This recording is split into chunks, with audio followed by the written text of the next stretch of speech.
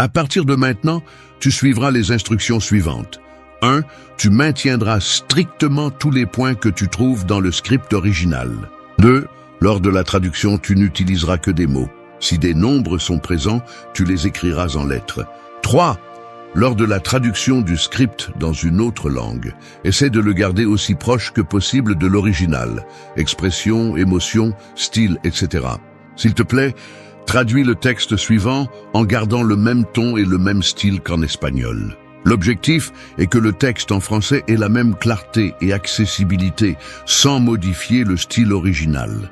Ne fais pas d'ajustement de ton ou de focus. Fais juste une traduction fidèle en gardant l'essence.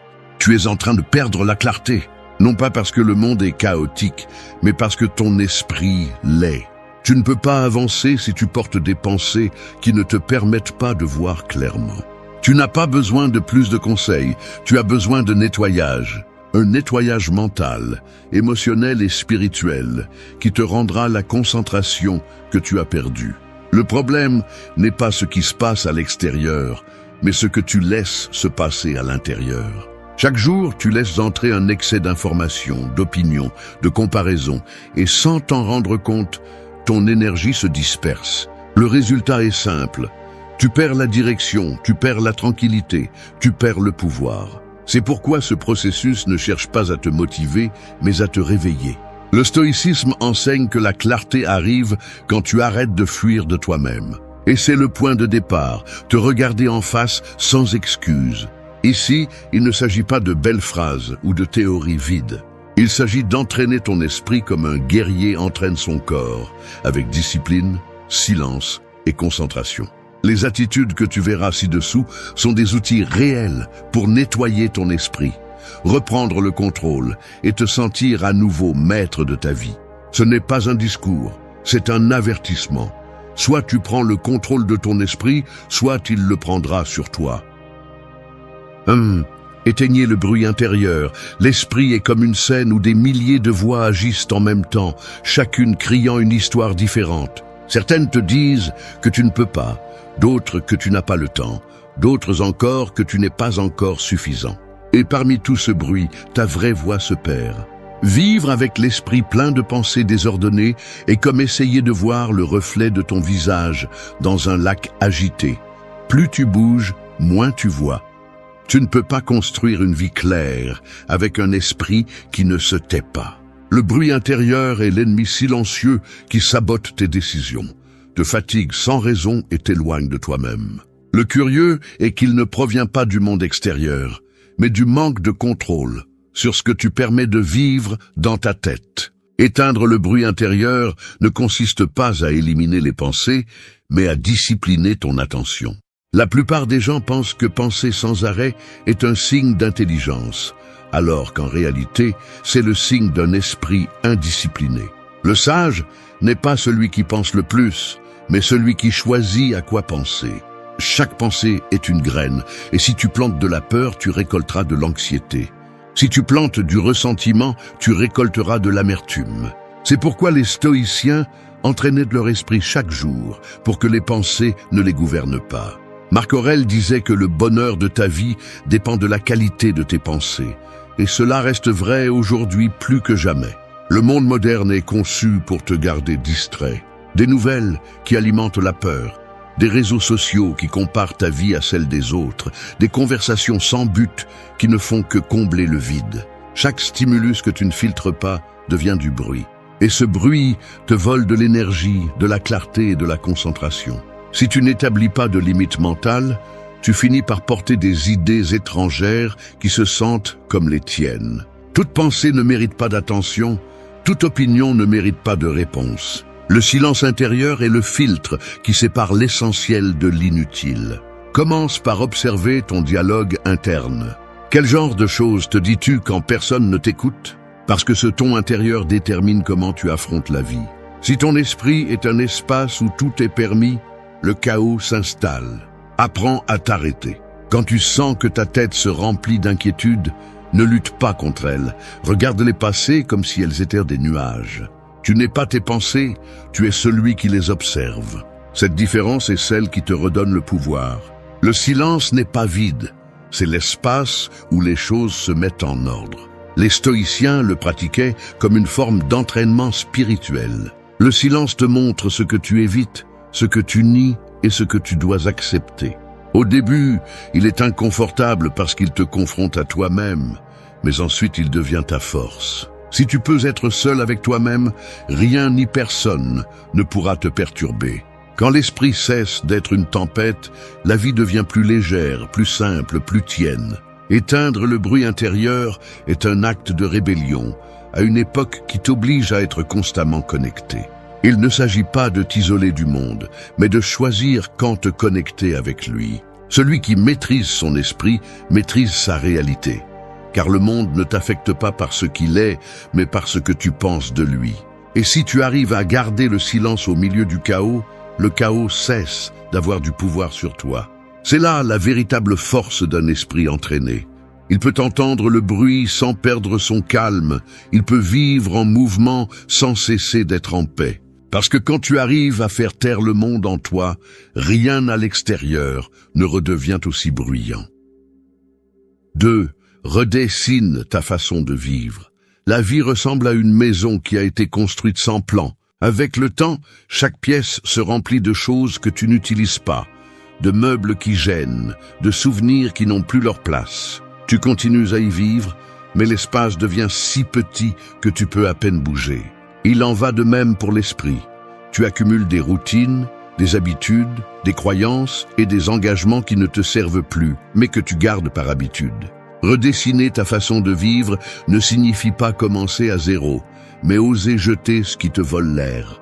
La plupart des gens vivent en pilote automatique, se réveillant en hâte, accomplissant des tâches sans sens et répétant des cycles qui drainent l'âme. Il ne s'agit pas de travailler plus ou de faire des listes plus longues, mais de te demander avec une brutalité honnête si la vie que tu mènes te rapproche de ce qui compte vraiment. Lorsqu'il n'y a pas de direction, l'effort est gaspillé. Le stoïcisme enseigne qu'il ne suffit pas de bouger, il faut savoir vers où l'on avance.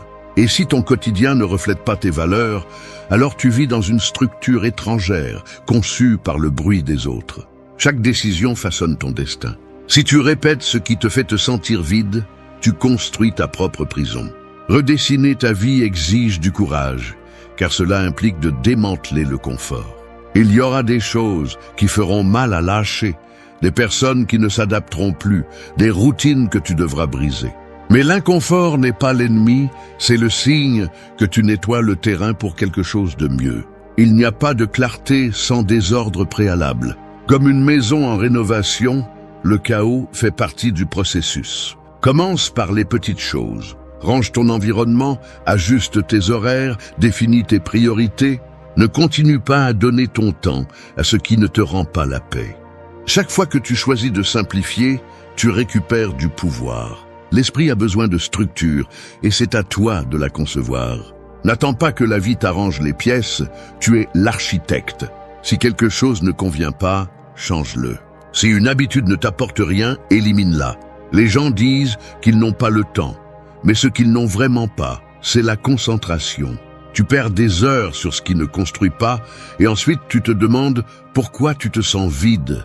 Redessiner ta façon de vivre, c'est construire une vie qui te représente. Pas celle que les autres attendent, mais celle qui a du sens pour toi.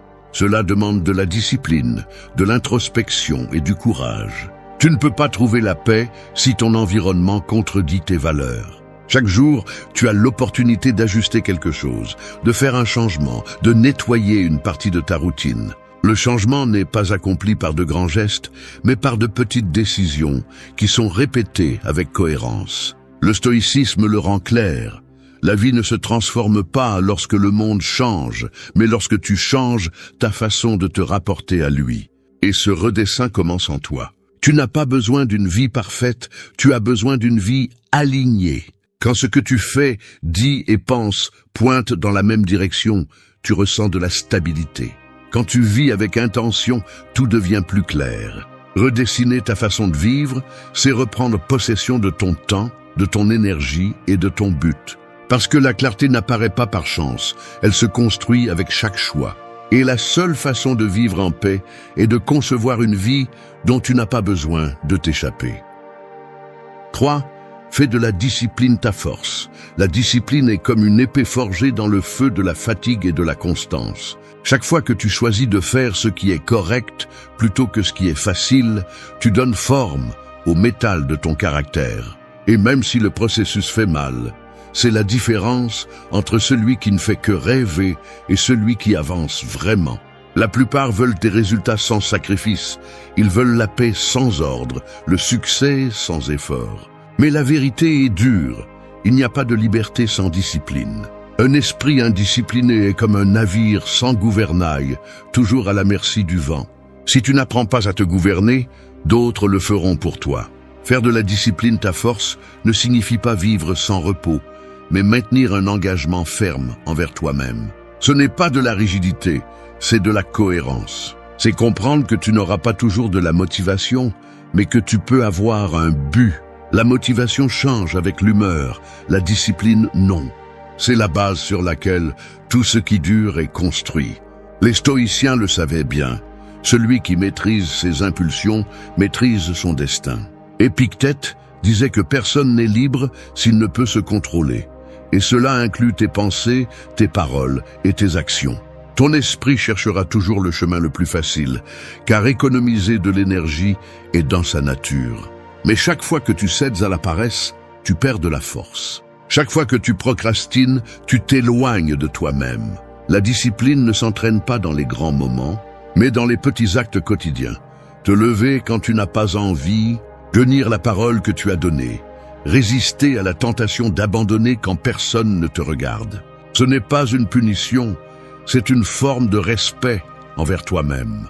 Tu ne peux pas exiger du monde des résultats pour lesquels tu n'es pas prêt à travailler. Nous vivons dans une culture qui glorifie la gratification immédiate, où tout doit être rapide, confortable et sans effort. Mais rien de valable n'est construit ainsi.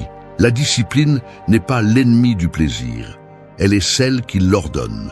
Sans discipline, les désirs te gouvernent.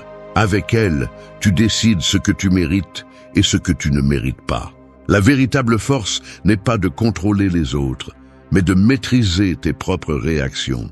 Celui qui maîtrise ses impulsions a le pouvoir sur le temps, car il agit avec intention et non avec urgence. Pour faire de la discipline ton allié, tu dois changer la façon dont tu te parles. Arrête de dire « je dois le faire » et commence à dire « je choisis de le faire ». Cette différence transforme l'obligation en décision. La discipline se renforce lorsque tu l'accompagnes d'un but. N'entraîne pas ton esprit simplement pour avoir le contrôle. Fais-le parce que tu sais que sans ordre, il n'y a pas de liberté. Chaque fois que tu tiens les promesses que tu te fais, ton esprit a plus confiance en toi. Et quand tu as confiance en toi, tu ne dépends plus de l'approbation de personne.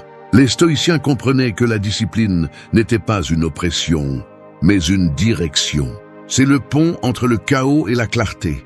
Tu ne peux pas avoir la paix si ta vie est un désordre. Tu ne peux pas avoir de concentration si ton esprit cède à chaque impulsion. La discipline ne te limite pas. Elle te libère du remords de ne pas avoir fait ce qui était nécessaire. Si aujourd'hui tu es fatigué de te sentir stagnant, commence par quelque chose de simple. Tiens tes promesses. Cette cohérence quotidienne est ce qui sépare le sage du distrait, le fort du faible, celui qui avance de celui qui se contente de se plaindre. La discipline est la véritable liberté car elle te permet de vivre selon tes propres règles. Il ne s'agit pas d'être parfait, mais d'être constant. Il n'y a pas de succès sans répétition, pas de calme sans ordre, pas de clarté sans effort. Lorsque tu fais de la discipline ta force, la vie cesse d'être une bataille chaotique et devient un chemin ferme. Les gens indisciplinés cherchent de la motivation pour commencer. Toi, en revanche, tu sauras que l'action est ce qui la crée. 4. Protège ton esprit de l'excès. L'esprit est comme un verre. Peu importe combien tu veux le remplir, si tu ne vides pas ce qui est en trop, il finira par déborder. C'est ainsi que nous vivons aujourd'hui, avec la tête pleine d'informations, de nouvelles, d'opinions, de stimuli qui ne s'arrêtent jamais. On nous a convaincus que savoir plus nous rendrait plus sages, mais tout ce qu'ils ont réussi à faire, c'est nous saturer. Tu n'es pas fatigué parce que tu fais trop, tu es fatigué parce que tu penses trop. Tu consommes trop et tu filtres très peu. L'excès est le poison silencieux de l'esprit moderne. Il te vole ta concentration, ton calme et ton énergie sans que tu t'en rendes compte. Et quand l'esprit déborde, rien n'entre clairement. Protéger ton esprit ne signifie pas devenir indifférent au monde, mais apprendre à choisir ce que tu permets d'entrer. Chaque pensée, chaque image, chaque conversation laisse une empreinte. Si tu ne mets pas de limite, tu finis par porter les pensées de tous, sauf les tiennes. Le stoïcisme enseigne que tu ne peux pas contrôler l'extérieur, mais tu peux contrôler ce que tu laisses entrer en toi. Cela inclut ce que tu lis, ce que tu vois et avec qui tu parles. L'esprit ne fait pas la différence entre ce qu'il observe et ce qu'il expérimente. Si tu remplis ta tête de chaos, ton corps répondra avec de l'anxiété. C'est pourquoi prendre soin de ton esprit, c'est aussi prendre soin de ta santé. Nous vivons à une époque où la distraction est une addiction collective. Nous sautons d'une notification à une autre comme si notre attention ne valait rien. Mais chaque fragment d'attention que tu donnes t'affaiblit. L'esprit ne peut se concentrer que sur une chose à la fois. Quand tu essaies de tout faire, tu ne fais rien de bien. La surcharge mentale est le nouveau type de pauvreté.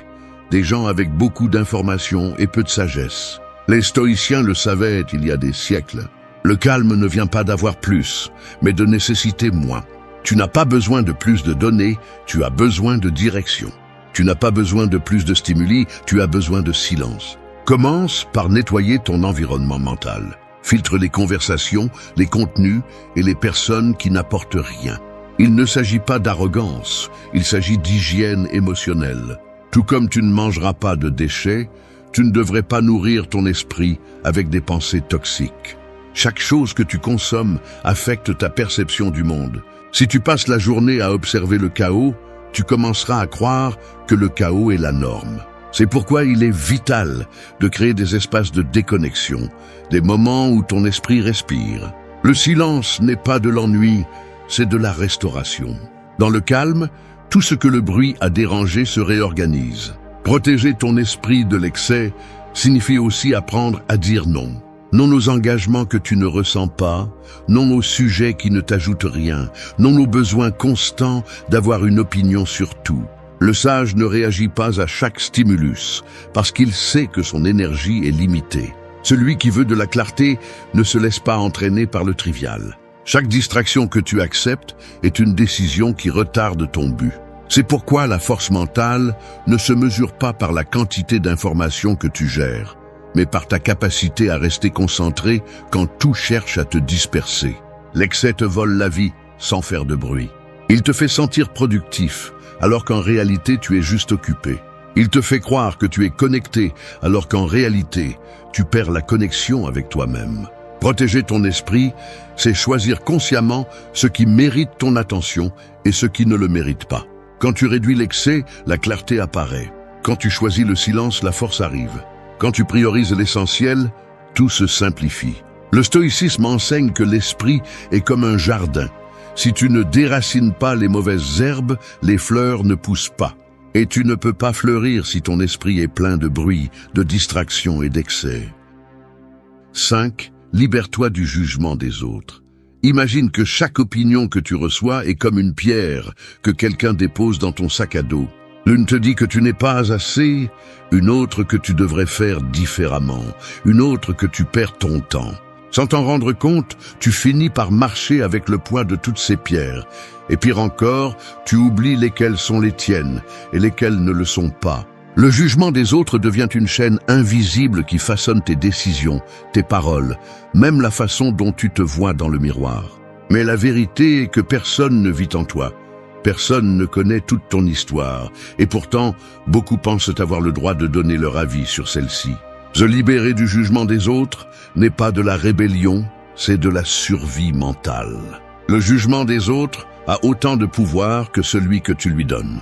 Ce n'est pas ce que les gens disent qui te détruit, c'est de le répéter dans ta tête jusqu'à ce que tu le prennes pour vrai. Nous vivons dans une société qui a besoin d'approbation pour respirer. Nous publions ce que nous faisons, nous mesurons notre valeur en réaction, nous cherchons l'acceptation au mauvais endroit.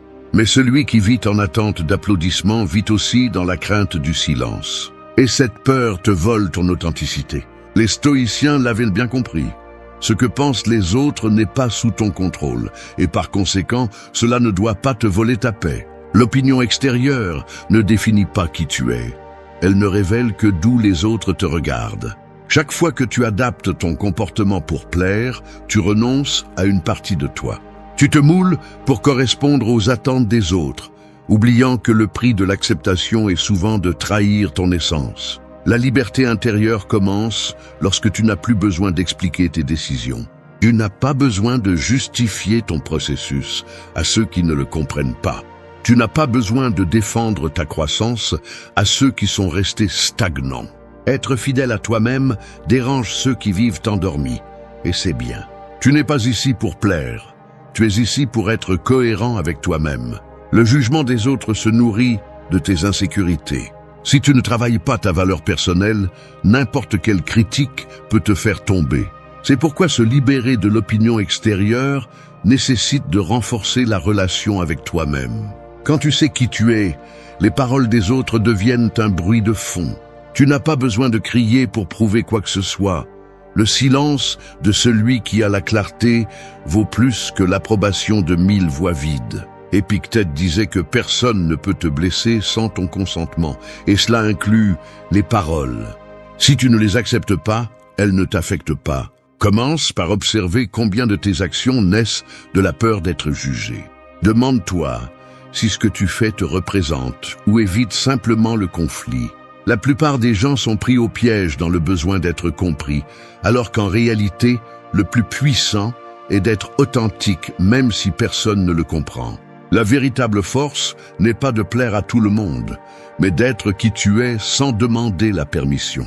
Le monde donne son avis, parce qu'il ne supporte pas le reflet de quelqu'un de libre. Ton authenticité leur rappelle la prison dans laquelle ils vivent, et c'est pourquoi ils essaient de te réduire. Se libérer du jugement des autres, c'est comprendre que la paix n'est pas dans le fait de convaincre les autres, mais dans le fait d'arrêter de te justifier. Tu n'as pas à expliquer ton silence, ton changement, ta distance ni tes décisions. Celui qui te juge à partir de l'ignorance de sa perspective ne mérite pas ton énergie. Les stoïciens enseignaient que la vertu est dans l'action juste, pas dans le fait d'être vu comme quelqu'un de bon. Fais ce qui est juste, même si personne ne le remarque. Vis avec intégrité, même si personne ne l'applaudit. Quand tu apprends cela, le jugement cesse de faire mal. Tu es libre quand tu n'as plus besoin d'être compris. Tu es fort quand tu ne cherches pas l'approbation pour exister. Il n'y a pas de plus grand signe de croissance que de marcher sans craindre ce que diront les autres. Les voix extérieures s'éteignent lorsque ta voix intérieure devient ferme. 6. Contrôle ta réaction face au chaos. Quand tout s'effondre autour de toi, l'esprit devient un champ de bataille. Tu ne te bats pas avec les faits, tu te bats avec ce que tu penses d'eux. Chaque émotion que tu ne maîtrises pas devient une bombe interne, prête à exploser. La plupart des gens ne perdent pas leur calme à cause de ce qui se passe, mais à cause de la façon dont ils interprètent ce qui se passe. Et c'est dans cette interprétation que réside la racine de la souffrance. Contrôler ta réaction face au chaos ne signifie pas être froid ou indifférent. Cela signifie avoir l'intelligence émotionnelle de ne pas laisser l'extérieur gouverner ton intérieur. Le chaos est inévitable. Il y aura toujours des moments où les choses vont mal, où les gens te déçoivent, ou où le destin change sans préavis. Tu ne peux pas l'éviter, mais tu peux décider comment y répondre. Cette décision fait la différence entre un esprit faible et un esprit fort. Les stoïciens le savaient. Ce qui perturbe l'homme ne sont pas les événements, mais son opinion sur eux. La sérénité ne naît pas de la maîtrise du monde, mais de la maîtrise de soi. Quand tu laisses la colère, la frustration ou la peur diriger tes actes, tu abandonnes ton pouvoir. Le contrôle commence quand tu choisis de ne pas réagir immédiatement, quand tu respires avant de répondre, quand tu réfléchis avant de parler. Le chaos ne détruit pas, il révèle. Il montre à quel point ton esprit est entraîné, à quel point ton calme est solide. Si tu perds le contrôle chaque fois que quelque chose ne se passe pas comme tu l'espères, le problème n'est pas dans les circonstances, il est dans ton manque de maîtrise interne. La vie mettra toujours ta tempérance à l'épreuve, non pour te punir mais pour te renforcer. Le calme ne s'apprend pas dans la paix, il s'apprend dans la tempête. Celui qui parvient à rester ferme quand tout brûle atteint un niveau de liberté que peu comprennent. Non pas parce qu'il ne ressent rien, mais parce qu'il a appris à ne pas laisser ses sentiments le gouverner. Pratique l'observation sans réaction. Quand quelque chose te perturbe, n'agis pas immédiatement. Fais un pas en arrière et demande-toi si ce que tu es sur le point de dire ou de faire te rapprochera de la paix ou te la volera.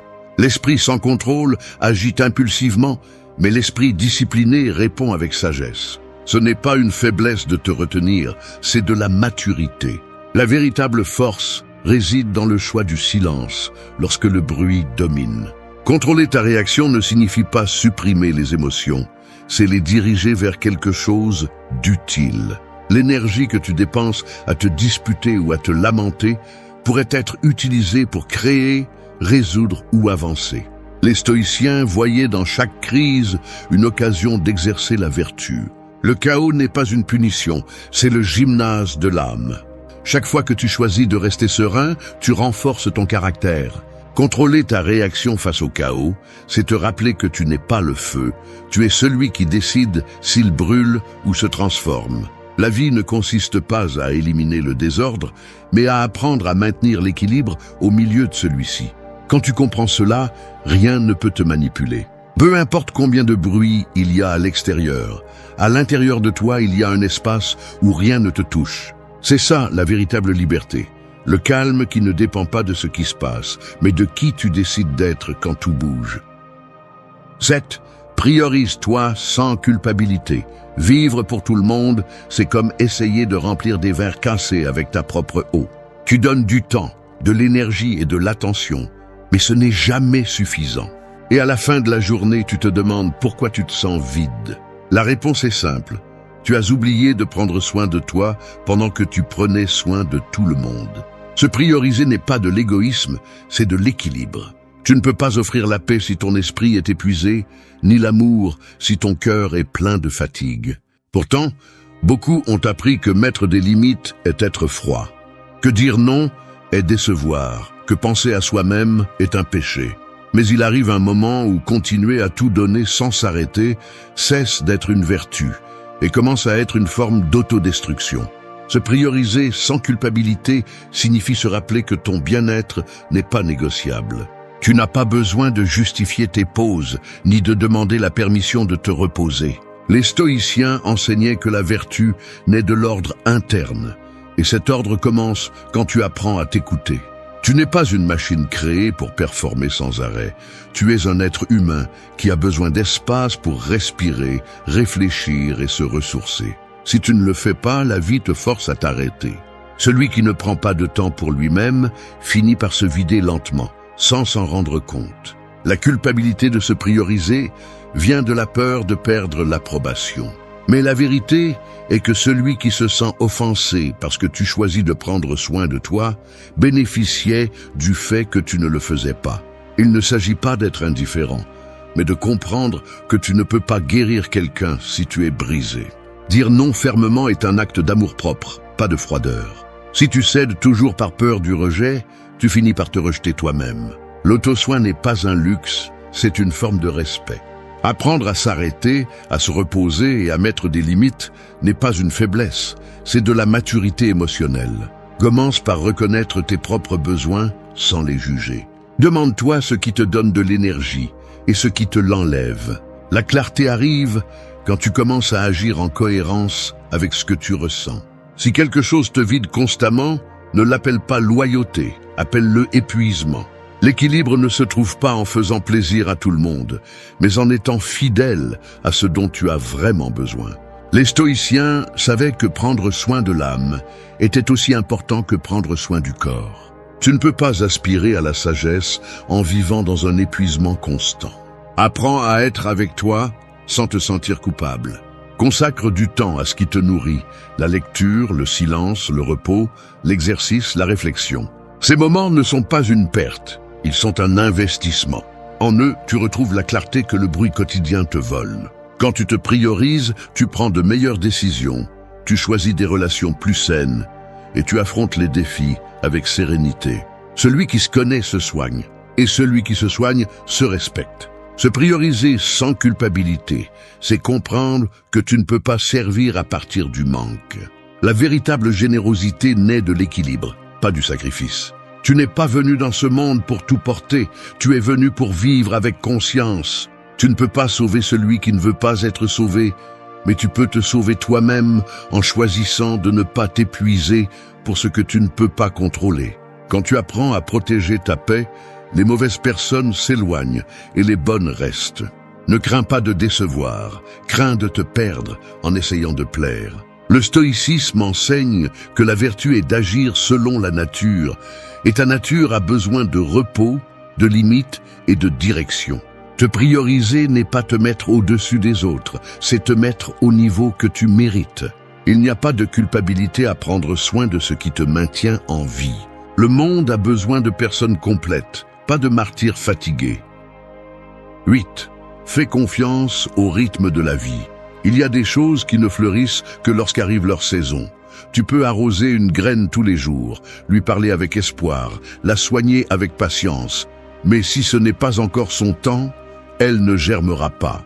La vie fonctionne de la même manière. Tu insistes pour forcer des moments, des relations ou des résultats, croyant que tout doit se produire maintenant. Et quand cela ne se produit pas, tu ressens de la frustration, du doute et une perte de foi.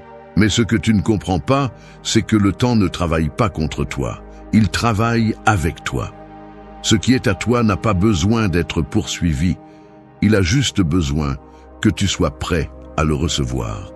Faire confiance au rythme de la vie, c'est arrêter de courir après le contrôle et commencer à couler avec l'inévitable. L'être humain craint le temps parce qu'il ne le comprend pas. Il veut le dominer, le mesurer, l'accélérer, comme si l'impatience apportait des résultats. Mais les stoïciens savaient que le destin a son propre ordre. Marc Aurèle disait que chaque chose vient à toi au bon moment, ni avant ni après. L'anxiété naît du désir d'avoir des certitudes, de ne pas tolérer les espaces vides, de croire que si tu ne fais pas quelque chose maintenant, tu perdras tout. Cependant, ce qui est authentique ne disparaît pas. Il attend simplement que tu mûrisses suffisamment pour le soutenir. La confiance n'est pas passivité, c'est une forme de sagesse. Faire confiance au rythme de la vie ne signifie pas ne pas agir. Cela signifie agir sans désespoir. C'est se déplacer avec direction, mais sans résistance. C'est comprendre que chaque pause a un but et que même les retards cachent des enseignements. Parfois, tu n'obtiens pas ce que tu veux parce que tu n'as pas encore appris ce dont tu as besoin. L'univers ne punit pas, il éduque. L'attente n'est pas toujours une perte, c'est souvent une préparation. Et quand tu arrêtes de lutter contre le temps, tu trouves la sérénité que tu cherches tant. L'esprit anxieux vit dans le futur, imaginant des scénarios qui n'existent pas encore. L'esprit tranquille vit dans le présent, sachant que tout arrive quand il le faut. Le stoïcisme enseigne à accepter le flux de l'existence avec calme et force. Tu ne peux pas contrôler la direction du vent, mais tu peux ajuster les voiles. Chaque expérience, même celles qui font mal, fait partie de l'ordre naturel qui te façonne.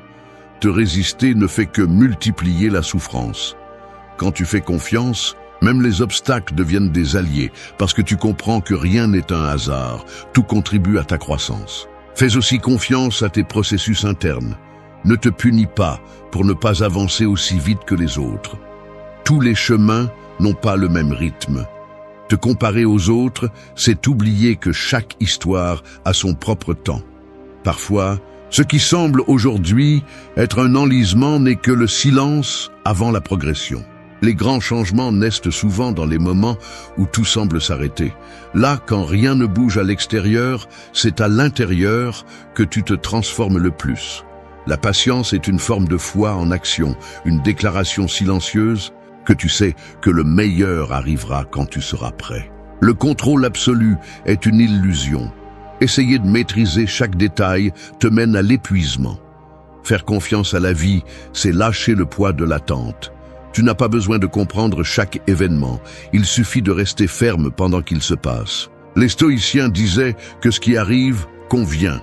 non pas parce que tout est bon, mais parce que tout peut te servir si tu l'affrontes avec sagesse.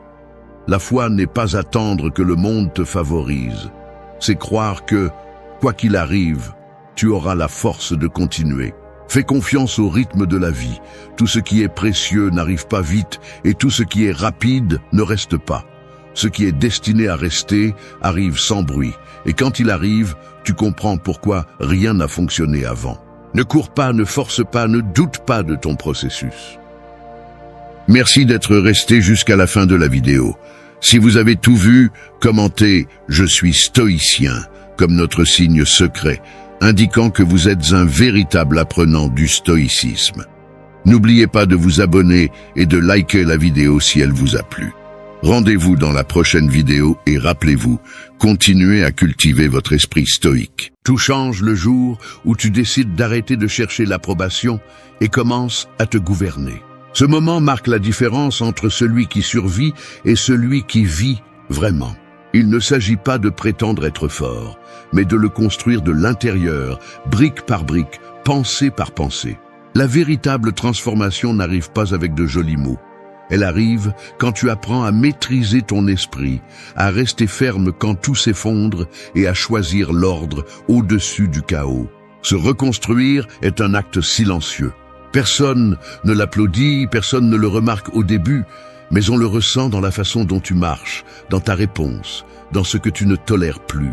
La discipline devient ton bouclier, la cohérence ton arme. Et tu comprends qu'il n'y a pas de pouvoir plus grand que celui de contrôler tes impulsions, de rester fidèle à tes principes et de laisser tes actions parler pour toi. C'est l'essence de l'autogouvernement. Devenir la personne qui décide qui tu es sans le laisser entre les mains de personne. Ce n'est pas un discours de motivation passager, c'est une déclaration de guerre interne, contre la paresse, le doute, le besoin d'approbation. La force n'est pas dans la résistance au monde, mais dans l'ordre intérieur. Chaque pensée claire, chaque limite ferme, chaque décision cohérente est une brique dans ta reconstruction. Ici, il ne s'agit pas de promettre des changements, il s'agit de les construire. Parce que quand tu gouvernes ton esprit, le monde cesse d'avoir du pouvoir sur toi. Et là, à ce point précis, commence la véritable liberté. 1. Élève tes standards, l'âme se flétrit lorsqu'elle s'habitue à la médiocrité. C'est comme une épée qui rouille, faute de bataille. Il en va de même pour l'être humain lorsqu'il laisse son environnement dicter sa valeur, lorsqu'il se contente de moins que ce qu'il sait pouvoir être. Élever tes standards ne signifie pas exiger plus du monde, mais exiger plus de toi-même. C'est une guerre silencieuse où l'ennemi est le confort, l'excuse et l'auto-tromperie. Si tu attends que ta vie change, commence par changer ce que tu es prêt à tolérer. Car chaque fois que tu acceptes quelque chose qui te rabaisse, tu renonces à une partie de ton pouvoir. Un standard élevé n'est pas de l'arrogance, c'est du respect de soi. C'est te regarder dans le miroir et décider que tu ne vas plus agir contre ce que tu dis croire. La discipline devient alors le fondement sur lequel tu construis ton caractère. Tu ne fais plus les choses seulement quand tu te sens motivé.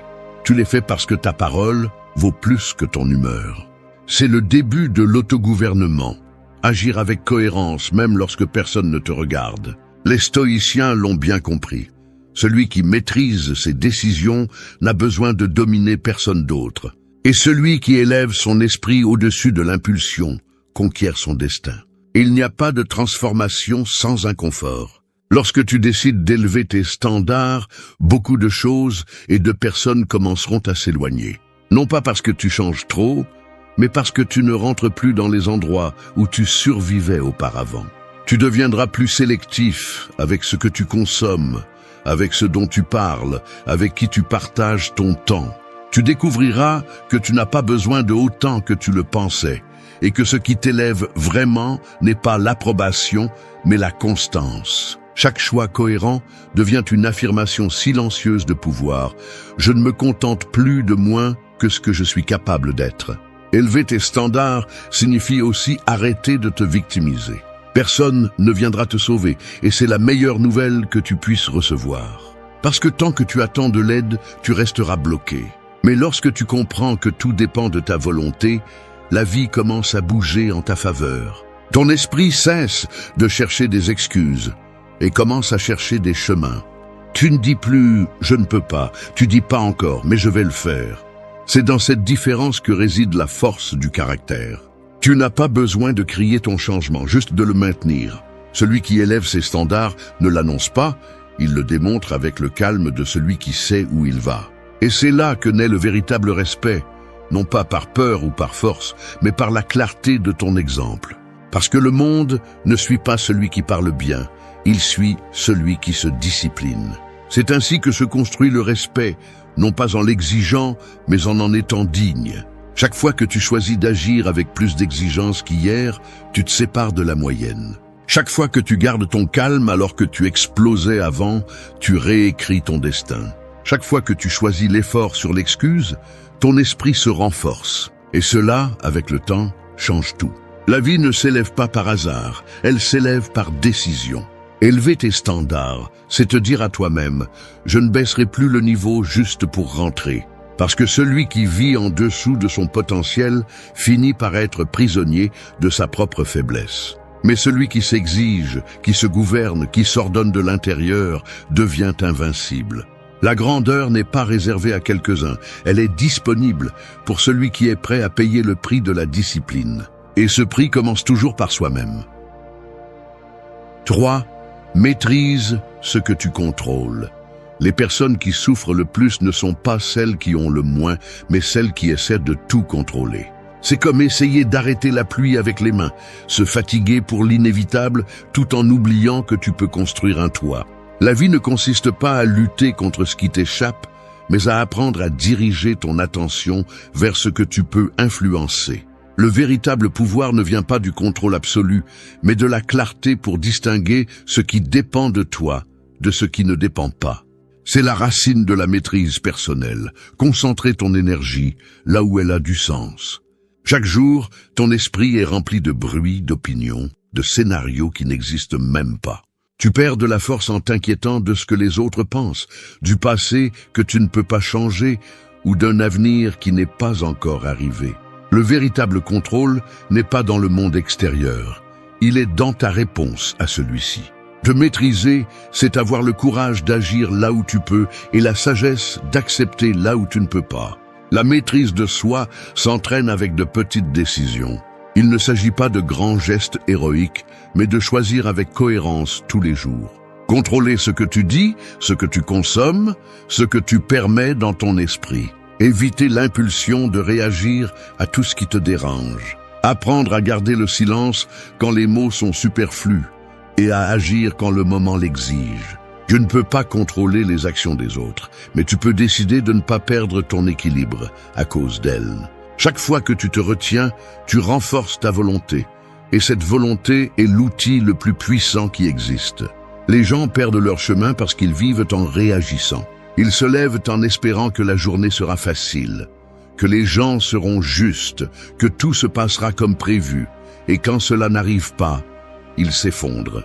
Mais celui qui maîtrise son intérieur comprend que la stabilité ne dépend pas du climat, mais du tempérament. S'il pleut, marche sous la pluie. S'il y a du chaos, trouve le calme à l'intérieur. Cette mentalité est ce qui différencie ceux qui survivent de ceux qui grandissent. La vie ne devient pas plus simple, c'est toi qui deviens plus fort. Maîtriser ce que tu contrôles signifie aussi arrêter de te victimiser. Tu ne peux pas éternellement blâmer le destin, les autres ou la malchance. Chaque excuse est une brique de plus dans le mur qui te sépare de ton pouvoir. La responsabilité n'est pas un fardeau, c'est une clé. Quand tu dis « cela dépend de moi », tu commences à construire la liberté. Peu importe combien de fois tu échoues, l'important est que tu continues à choisir de te lever, de décider, d'agir, au lieu de te lamenter. Cette constance transforme le caractère. Ne pas maîtriser ce que tu contrôles te rend esclave de tout ce que tu ne peux pas changer. Cela te fait réagir à toute provocation, te transforme en marionnette émotionnelle. Mais quand tu apprends à observer avant d'agir, quand tu comprends que tout ne mérite pas ton énergie, tu reprends le contrôle. L'esprit cesse d'être un champ de bataille pour devenir une forteresse. Et depuis cette forteresse, tu peux affronter n'importe quelle adversité sans te perdre dedans. La véritable liberté ne consiste pas à ce que tout se passe bien, mais à ce que rien ne te déstabilise. Tu ne peux pas décider ce que le monde te lance, mais tu peux décider comment répondre. Chaque jour est une opportunité pour renforcer cette maîtrise. Lorsque ton attention se concentre sur ce que tu peux faire, plutôt que sur ce que tu ne peux pas, ta vie s'organise. Et lorsque ton esprit s'organise, le chaos cesse de t'intimider. Maîtrise ce que tu contrôles et laisse passer ce que tu ne contrôles pas. Parce que pendant que les autres gaspillent leur énergie sur l'impossible, tu construis l'essentiel, ta force intérieure. 4. Simplifie ta vie. Tout devient plus clair lorsque tu arrêtes de porter ce dont tu n'as pas besoin. Imagine ton esprit comme une pièce remplie d'objets que tu as accumulés sans t'en rendre compte. Vieilles pensées, promesses brisées, peurs héritées, personnes qui n'apportent plus rien.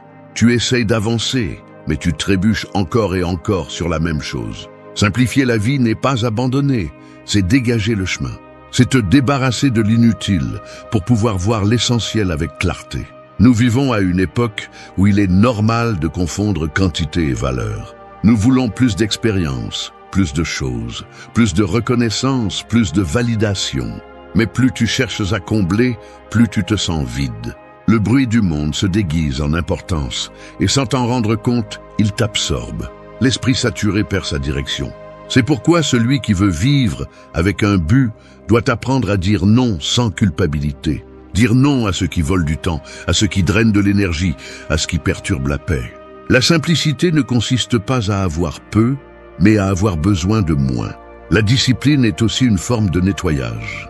Chaque action inutile que tu élimines te rend du pouvoir. Chaque distraction que tu rejettes renforce ton focus.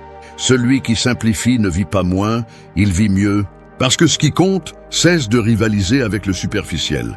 Lorsque tu réduis le bruit, tu entends ta voix intérieure clairement. Et c'est là que commence le véritable ordre. Un esprit qui vit dans l'excès est incapable de décider avec sagesse, mais un esprit qui habite dans la simplicité se déplace avec précision. L'ego te fera croire que posséder plus t'élève. Qu'un agenda plein signifie le succès, qu'être disponible pour tous est noble. Mais ce qui démontre réellement la force, c'est de choisir où il vaut la peine d'investir ton temps et ta présence. La simplicité requiert du courage, car elle implique de décevoir les attentes des autres. Mais chaque fois que tu choisis de privilégier ta tranquillité sur l'approbation, tu te rapproches de la liberté. Simplifier signifie aussi lâcher les anciennes versions de toi. Laisser derrière toi le besoin de t'expliquer, de te justifier, de plaire. C'est agir avec un esprit clair, non pas parce que tu as tout compris, mais parce que tu ne laisses plus l'irrélevant t'obscurcir. L'excès tue la clarté, et la clarté est le cœur de l'action disciplinée. La personne qui maîtrise son esprit ne vit pas dans la précipitation, elle vit concentrée. Elle se lève avec une direction, pas avec de la hâte. Ton environnement reflète ton état mental. Si ta vie est pleine de chaos, révise tes priorités. Si ton énergie est dispersée, regarde à quoi tu dis oui. Tu ne peux pas avoir la paix si tu insistes à porter ce qui n'a plus de but. Chaque fois que tu choisis de lâcher, tu fais de la place pour quelque chose de mieux. C'est ainsi que l'on avance, non pas en ajoutant plus, mais en éliminant ce qui gêne. La simplicité est un acte d'intelligence spirituelle. Elle n'a pas besoin d'ornement, elle a besoin de conscience. C'est savoir ce qui mérite ton attention et ce qui mérite ton silence. Dans un monde qui te pousse à accumuler, simplifier est une forme de rébellion. Celui qui y parvient ne cherche pas à tout contrôler, seulement à contrôler suffisamment pour vivre avec sens. Au final, la vie ne se mesure pas par ce que tu possèdes, mais parce que tu es capable de maintenir sans perdre ta paix. Et cette paix n'arrive que lorsque tu apprends à vivre léger, concentré et libre du poids inutile. 5. Prends soin de ton énergie. Le feu le plus puissant ne s'éteint pas par manque de bois, mais par négligence. Il en va de même pour l'énergie intérieure. Elle ne s'épuise pas d'un coup, elle se dépense lentement dans ce qui ne mérite pas d'attention. Tu te vides lorsque tu te disputes pour ce qui n'a pas d'importance, lorsque tu essaies de convaincre celui qui ne veut pas comprendre, lorsque tu investis tes émotions dans des personnes qui n'apportent rien. Prendre soin de ton énergie n'est pas de l'égoïsme, c'est de la survie. C'est reconnaître que ton esprit, ton corps et ta paix sont des ressources finies et que les gaspiller est une forme silencieuse d'autodestruction. Chaque jour, le monde se dispute ton attention. Notifications, conversations vides, exigences qui ne te concernent pas. Tout veut une part de toi. Mais si tu n'apprends pas à filtrer, tu finis par vivre pour les autres. L'énergie est comme l'eau. Si tu la laisses s'échapper par 1000 fissures, tu n'auras jamais assez pour ce qui compte vraiment. La préserver signifie choisir avec sagesse où tu mets ton temps, tes mots et ta présence. Tout ne mérite pas une réponse, tout n'a pas besoin d'une explication. Le silence, bien souvent, est la meilleure façon de protéger ta force. Les personnes fortes ne sont pas celles qui font le plus, mais celles qui savent quand s'arrêter. Se reposer est aussi une discipline. Le corps ne peut pas soutenir un esprit épuisé, et l'esprit ne peut pas rester clair si le corps est en guerre avec la fatigue. La force ne se mesure pas par combien tu peux supporter, mais par l'intelligence avec laquelle tu gères ton énergie. Si tu veux avancer, apprends à faire une pause. Si tu veux grandir, apprends à lâcher ce qui te draine. Le calme n'est pas l'inactivité, c'est la stratégie. Prendre soin de ton énergie signifie aussi prendre soin de tes émotions. Tu ne peux pas permettre à n'importe qui d'entrer dans ton esprit et d'y semer le chaos. Il y a des personnes qui ne cherchent pas à comprendre, seulement à décharger leur frustration. Il y a des situations qui ne méritent pas ta réaction. Chaque fois que tu choisis de rester serein alors qu'auparavant tu t'énervais, tu prends le contrôle. Cette retenue n'est pas une faiblesse, c'est une maîtrise. L'énergie ne se conserve pas en la cachant, mais en la dirigeant avec intention. Ton environnement influence plus que tu ne le penses. Si tu t'entoures de plaintes, de négativité, d'excès, tu absorberas inévitablement cette fréquence. Mais lorsque tu choisis la compagnie de ceux qui apportent quelque chose, lorsque tu parles d'idées et non de personnes, ton énergie s'élargit. Le bon environnement ne te demande pas de force, il te pousse. C'est pourquoi prendre soin de ton énergie implique aussi d'avoir le courage de t'éloigner. Non pas par arrogance, mais par paix. Celui qui comprend sa valeur ne reste plus là où son énergie s'éteint. Il faut être sélectif avec les pensées, tout comme avec les personnes. Chaque idée que tu répètes est une graine qui consomme ou nourrit ton esprit. Si tu vis en pensant à ce qui manque, tu épuises ta motivation. Si tu te concentres sur ce que tu peux faire, tu renouvelles ton pouvoir. L'attention est l'outil le plus coûteux que tu possèdes. Où tu la mets, elle grandit.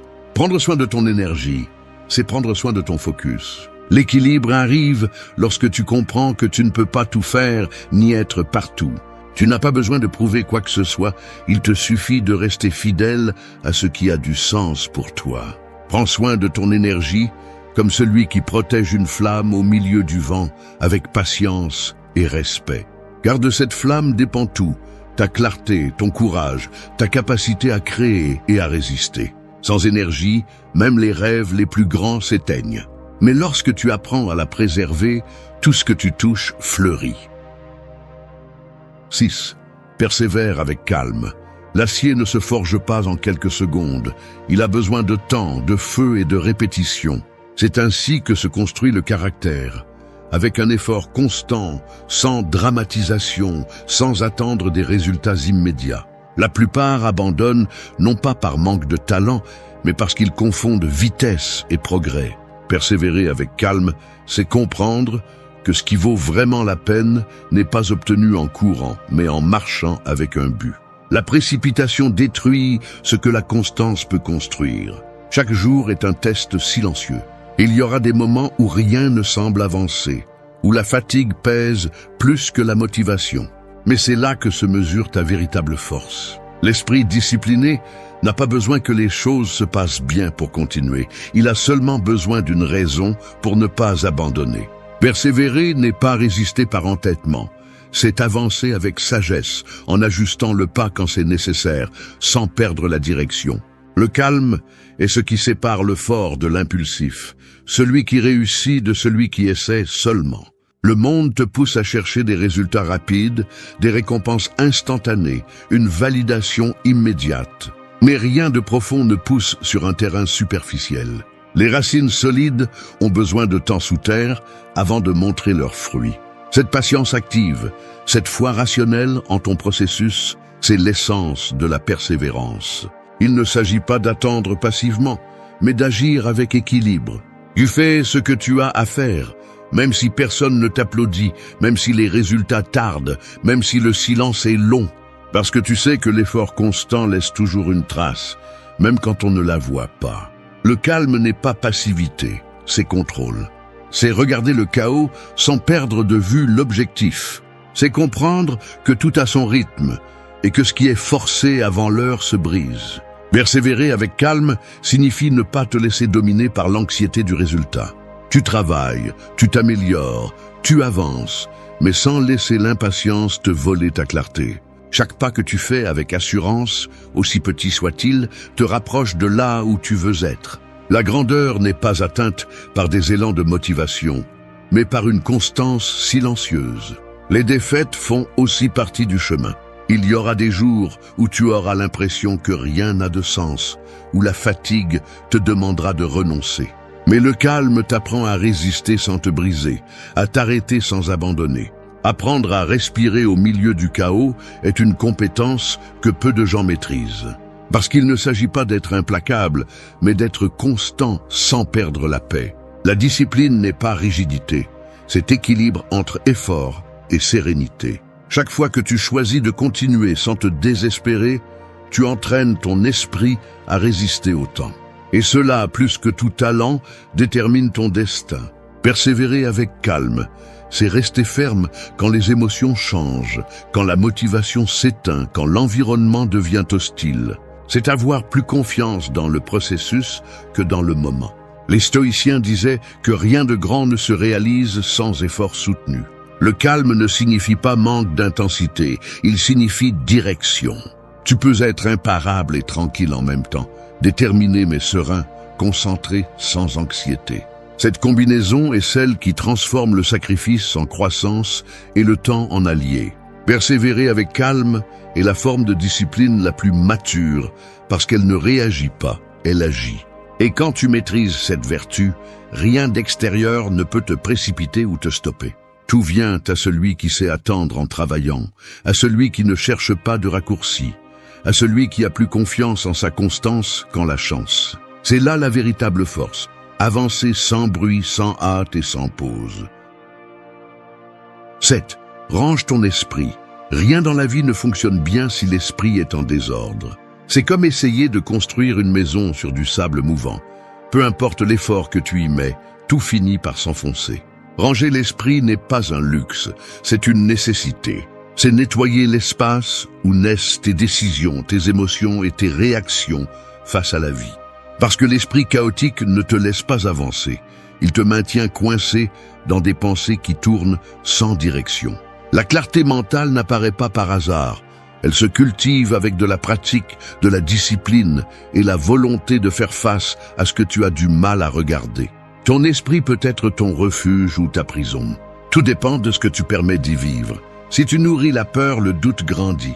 Si tu nourris la gratitude, le calme se renforce. Chaque pensée a du poids, et avec le temps, elle définit le cours de ta vie. C'est pourquoi l'ordre intérieur commence par la conscience. Je ne peux pas maîtriser ce que tu ne reconnais pas. L'esprit désordonné agit par impulsion, réagit sans analyser, se laisse emporter par des émotions momentanées. Ranger l'esprit ne signifie pas éliminer le chaos externe, mais avoir la capacité de maintenir l'équilibre même au milieu de celui-ci. C'est savoir prioriser, décider ce qui mérite ton attention et ce qui ne le mérite pas. C'est choisir le silence plutôt que la réaction, le calme plutôt que la plainte. La confusion mentale naît du manque de direction. Quand tu ne sais pas ce que tu veux, n'importe quoi te disperse. Mais quand tu définis tes principes, tes objectifs et tes limites, l'esprit trouve son centre. L'ordre exige également un nettoyage émotionnel. Tu ne peux pas penser clairement si tu portes des ressentiments, si tu revives le passé ou si tu tentes de contrôler l'incontrôlable. L'esprit ordonné lâche ce qu'il ne peut pas changer et concentre son énergie sur ce qui dépend de lui. Chaque fois que tu choisis de ne pas donner de pouvoir à une préoccupation inutile, tu renforces ta stabilité. car se soucier de ce que tu ne peux pas résoudre est comme essayer de vider l'océan avec tes mains. La discipline mentale s'entraîne au quotidien. Elle se trouve dans la façon dont tu commences ta journée, dans ce que tu consommes, dans les conversations que tu choisis d'avoir. Si ton environnement est désordonné, ton esprit finira par le refléter. C'est pourquoi ranger n'est pas seulement un acte mental, c'est aussi physique et spirituel. Organise tes pensées comme tu organises ton espace, avec intention. Laisse entrer ce qui t'élève et élimine ce qui te vole ton focus. Plus ton environnement est simple, plus ta concentration sera profonde. Le désordre mental se manifeste également dans la façon dont tu te parles à toi-même. Si tes pensées sont pleines de critiques et de doutes, tu ne peux pas espérer avancer en toute confiance. Changer ce dialogue interne fait partie du processus. Te parler avec fermeté, avec clarté, avec direction. Te rappeler que tu n'as pas besoin de tout contrôler, juste de rester centré. L'ordre mental est soutenu par des pensées qui ajoutent, pas qui sabotent. Un esprit ordonné n'a pas besoin de bruit pour se sentir vivant. Il se sent comblé dans le calme. Il ne cherche pas de distraction, car il trouve un but dans le silence. Lorsque tu ranges ton esprit, ton énergie coule. Tes décisions deviennent plus fermes et tes émotions plus stables. Tu commences à agir à partir de la conscience, pas de la réaction. Et cela change tout. Le véritable maîtrise commence ici, dans l'ordre mental. Parce qu'un esprit calme voit des opportunités là où d'autres ne voient que des obstacles. Un esprit concentré transforme le temps en allié. Et un esprit discipliné transforme l'adversité en croissance. Tu n'as pas besoin de plus de force, tu as besoin de plus d'ordre. Lorsque ton esprit s'aligne avec tes valeurs et tes actions, le chaos perd de son pouvoir. 8. Vis avec cohérence. L'âme se fragmente lorsque tu penses une chose, ressens une autre et fais quelque chose de différent. Cette rupture intérieure est la cause silencieuse de la plupart des vides modernes. Vivre avec cohérence n'est pas feindre la perfection, c'est aligner tes décisions sur tes principes, même si personne ne les voit. C'est avoir le courage de soutenir ce que tu dis, même quand c'est inconfortable. L'incohérence épuise, te divise, te confond. Mais quand ce que tu penses, dis et fais deviennent un, l'esprit se stabilise et la vie prend un sens. La cohérence est un acte de respect envers toi-même. Il ne s'agit pas que le monde te comprenne, mais que tu ne te trahisses pas. La plupart cherchent l'acceptation avant la paix, et c'est pourquoi ils s'adaptent, se déguisent, se contredisent. Mais chaque fois que tu te tais pour plaire, tu te perds un peu. Chaque fois que tu fais quelque chose contre tes valeurs, tu t'éloignes de toi. La cohérence est le terrain où l'authenticité fleurit. Et ce n'est qu'en étant fidèle à toi-même que tu peux vivre avec une véritable liberté. Il n'y a pas d'équilibre possible sans intégrité. Si tu dis que tu valorises la paix, mais que tu vis en conflit constant, tu construis sur des mensonges. Si tu dis que tu valorises la discipline, mais que tu te laisses dominer par la paresse, ta parole perd du poids. La cohérence n'exige pas la perfection, elle exige l'engagement.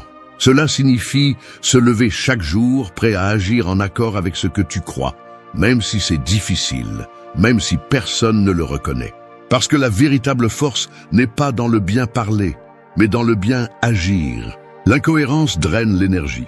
Vivre en prétendant être ce que tu n'es pas génère de la fatigue mentale, te force à maintenir une image qui ne t'appartient pas. Mais quand tu es cohérent, l'esprit s'ordonne et le corps se repose. Il n'y a plus de contradiction entre ce que tu fais et ce que tu penses. Et cette harmonie intérieure te donne une sensation de pouvoir silencieux. Celui qui vit avec cohérence n'a plus besoin de convaincre. Sa présence suffit à inspirer. La cohérence implique également d'avoir des limites. Dire non quand tout le monde s'attend à ce que tu dises oui, te retirer quand quelque chose ne vibre plus avec toi, rester ferme quand les autres fléchissent. Ce ne sera pas toujours confortable, mais ce sera toujours correct. Vivre avec cohérence, c'est choisir ce qui te donne la paix, plutôt que ce qui te donne l'approbation. C'est comprendre que ton chemin n'a pas besoin d'être compris, il doit juste être vrai.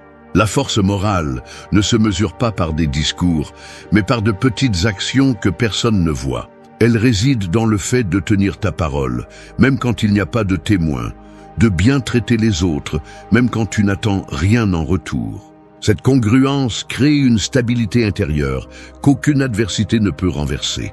Et quand l'intérieur est en équilibre, la vie coule avec une direction claire. Mais avoir l'humilité de reconnaître l'erreur et de la corriger fait partie du processus. Tu ne peux pas avancer si tu continues à défendre ce que tu sais qui n'est pas bien. La cohérence ne te demande pas d'être infaillible, elle te demande d'être honnête avec toi-même. C'est regarder tes propres contradictions sans excuse et décider d'agir avec plus de vérité chaque jour. Vivre avec cohérence, c'est marcher léger. Tu n'as plus besoin de masque, ni d'apparence, ni de te justifier. Tes actes parlent d'eux-mêmes. Ta parole a du poids parce que ta vie la soutient. Cette union entre pensée, parole et action est ce qui fait de toi une personne intègre. Et dans un monde plein de bruit, cette intégrité brille comme une rareté. La cohérence n'est pas une destination, c'est une pratique quotidienne. C'est l'art de rester fidèle à ton essence, même quand cela te coûte. Parce que seul celui qui vit avec cohérence vit en paix, et cette paix vaut plus que n'importe quel triomphe éphémère. Merci d'être resté jusqu'à la fin de la vidéo. Si vous avez tout vu, commentez « Je suis stoïcien » comme notre signe secret, indiquant que vous êtes un véritable apprenant du stoïcisme. N'oubliez pas de vous abonner et de liker la vidéo si elle vous a plu. Rendez-vous dans la prochaine vidéo et rappelez-vous, continuez à cultiver votre esprit stoïque. La véritable reconstruction ne commence pas lorsque tout s'effondre, mais lorsque tu décides d'arrêter de fuir de toi-même. Tu n'as pas besoin d'attendre une crise pour te réveiller. Il suffit de regarder à l'intérieur et de reconnaître que la personne que tu étais ne correspond plus à ce que tu es destiné à être. La transformation n'arrive pas par chance ni par motivation passagère. Elle arrive lorsque tu choisis la discipline plutôt que les excuses, la sérénité plutôt que le chaos et l'action plutôt que la plainte. C'est la différence entre rester brisé ou commencer à te reconstruire. Le stoïcisme ne promet pas une vie sans douleur, il promet un esprit capable de la résister. Il enseigne que ce qui détruit n'est pas les circonstances, mais la façon dont tu les affrontes. Lorsque tu apprends à maîtriser tes pensées, à contrôler tes émotions et à garder ton calme, même au milieu de la tempête, rien d'extérieur ne peut te faire plier. C'est la force que personne ne peut te prendre. Se reconstruire est un acte de courage. C'est apprendre à observer ton chaos sans le nier, à utiliser la peur comme élan et à voir la douleur comme le feu qui trempe l'acier. C'est arrêter de chercher la validation à l'extérieur et commencer à créer la solidité à l'intérieur. Ce chemin n'est pas pour celui qui cherche du réconfort, mais pour celui qui cherche du pouvoir. Parce que chaque leçon que tu verras ici n'est pas faite pour t'inspirer, mais pour te demander, pour que tu arrêtes d'attendre que la vie change et que tu commences à changer toi-même. Parce que lorsque tu maîtrises ton esprit, tu n'es plus une victime du destin, tu deviens l'architecte de ta propre forteresse. 1. Reconnecte avec ta force intérieure. En chaque personne, il y a un feu qui ne s'éteint pas, même si la vie essaie de le couvrir de cendres. Ce feu ne brûle pas toujours avec force. Parfois, il n'est qu'une étincelle cachée parmi la fatigue, les déceptions et le bruit constant du monde. Mais il est toujours là, attendant le moment où tu décideras de lui souffler de la vie à nouveau. Se reconnecter avec ta force intérieure, c'est ça. Se rappeler que la flamme n'a pas disparu, elle est juste devenue silencieuse. Et le silence n'est pas une absence, c'est du pouvoir contenu. Tu as traversé des moments où tu as douté de toi, où ton esprit t'a fait croire que tu ne pouvais plus, où tu as senti que tu perdais le contrôle. Mais dans ces moments, même si tu ne le voyais pas, tu entraînais ta résistance. Le stoïcisme enseigne que rien qui vaille la peine ne naît dans le confort. Le caractère se forge quand la vie te serre et que tu choisis de ne pas te briser. La force intérieure n'est pas de crier au monde que tu es fort, c'est de rester ferme quand personne ne te regarde. Se reconnecter à soi-même ne consiste pas à prononcer des phrases positives ou à imaginer que tout ira bien.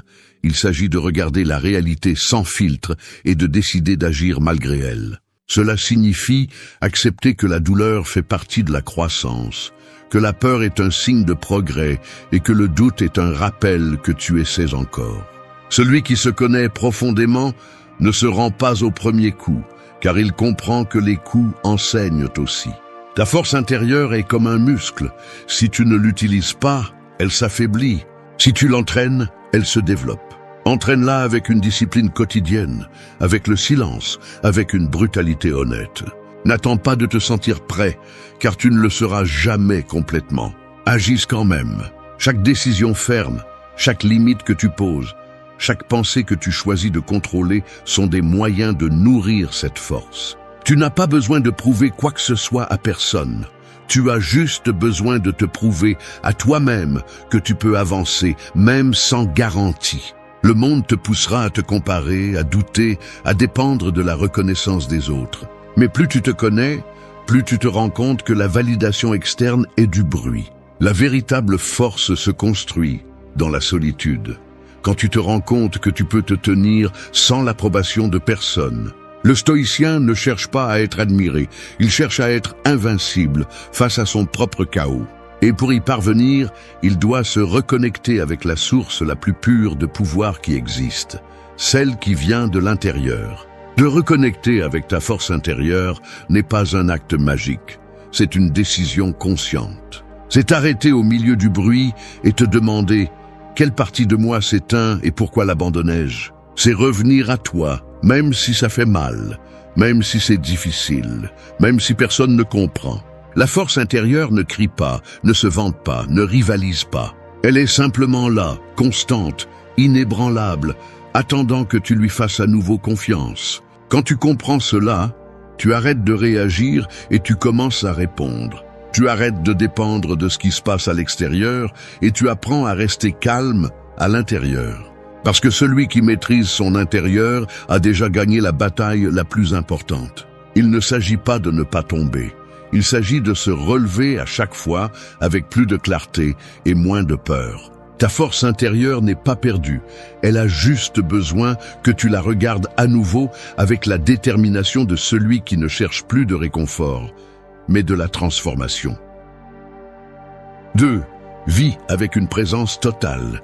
L'esprit humain est comme un voyageur inquiet qui ne reste jamais tranquille.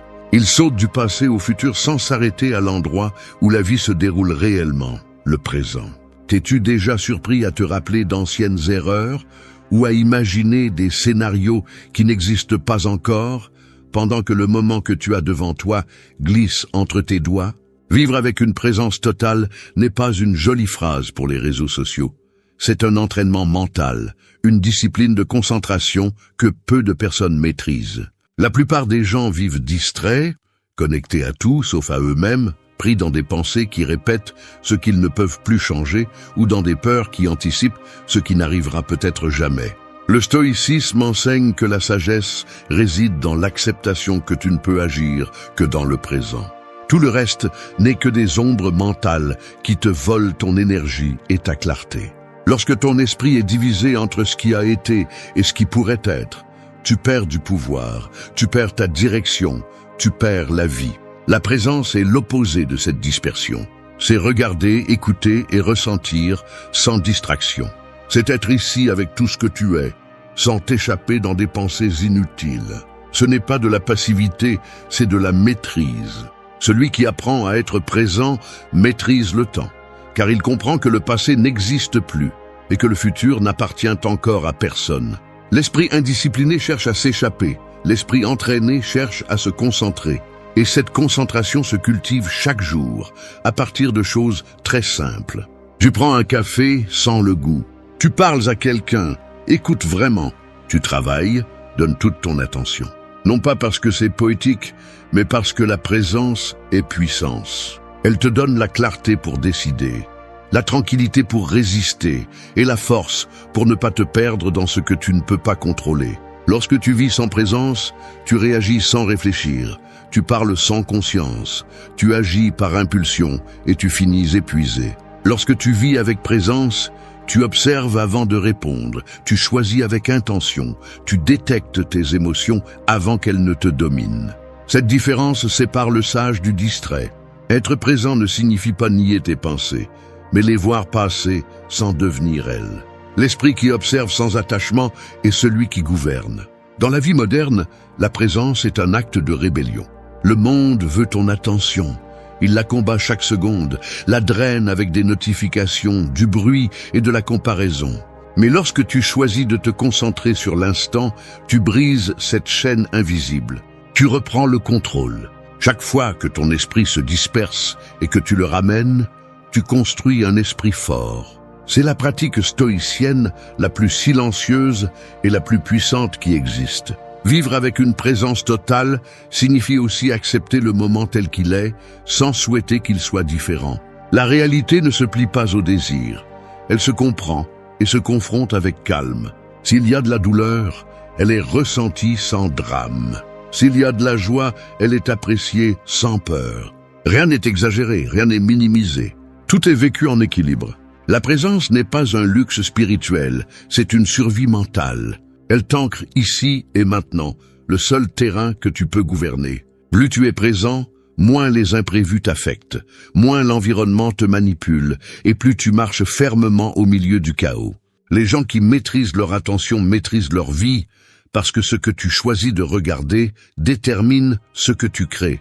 La prochaine fois que ton esprit voudra te ramener au passé ou te traîner vers le futur, respire et souviens-toi, le pouvoir est dans cet instant.